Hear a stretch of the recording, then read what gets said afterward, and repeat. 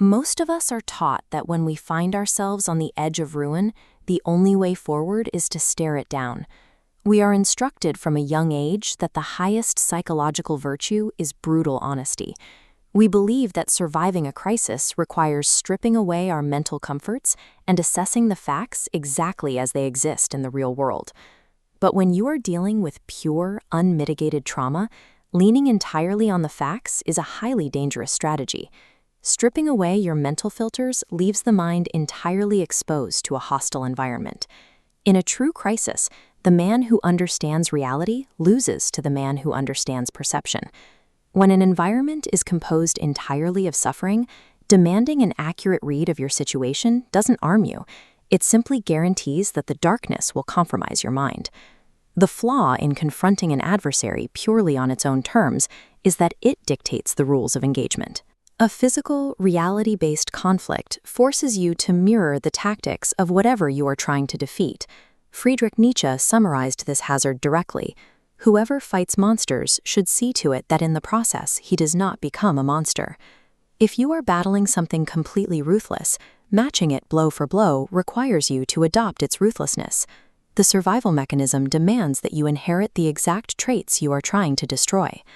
This erosion of the self accelerates when the threat isn't a tangible enemy, but an absolute void. As Nietzsche continued, and if you gaze long enough into an abyss, the abyss will gaze back into you.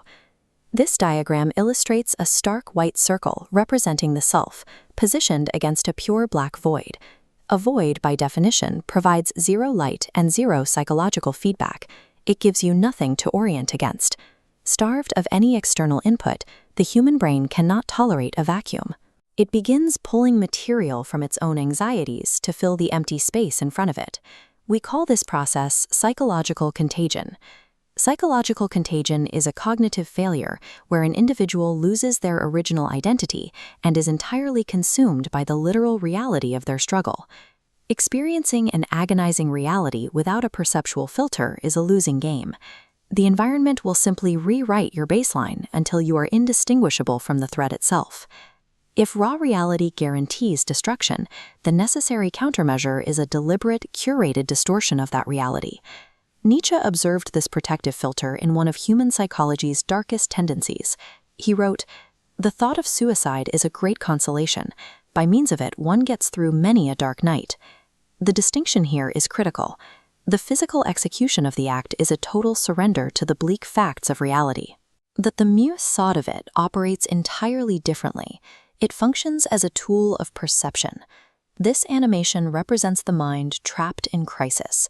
The heavy enclosure is the reality of the situation, while the bright dot in the center represents cognitive agency.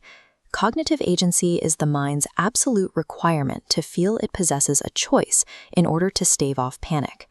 Knowing that a door exists, even if you deliberately choose never to open it, manufactures a profound sense of internal authority.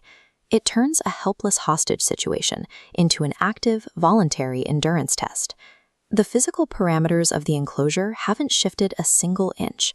The external threat remains identical. Yet by introducing an artificial exit, the individual's subjective experience is completely stabilized. A carefully maintained illusion of control acts as psychological armor.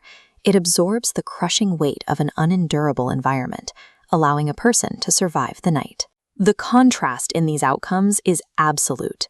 The individual who insists on absorbing the exact physical facts of an endless dark night ultimately fractures and mirrors that darkness.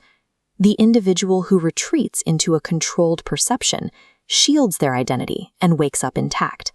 Enduring severe adversity relies heavily on recognizing that the primary conflict isn't happening in the external environment.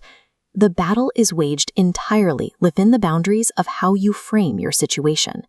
When you eventually find yourself staring over the ledge of your own crisis, the facts of your predicament will demand your full attention.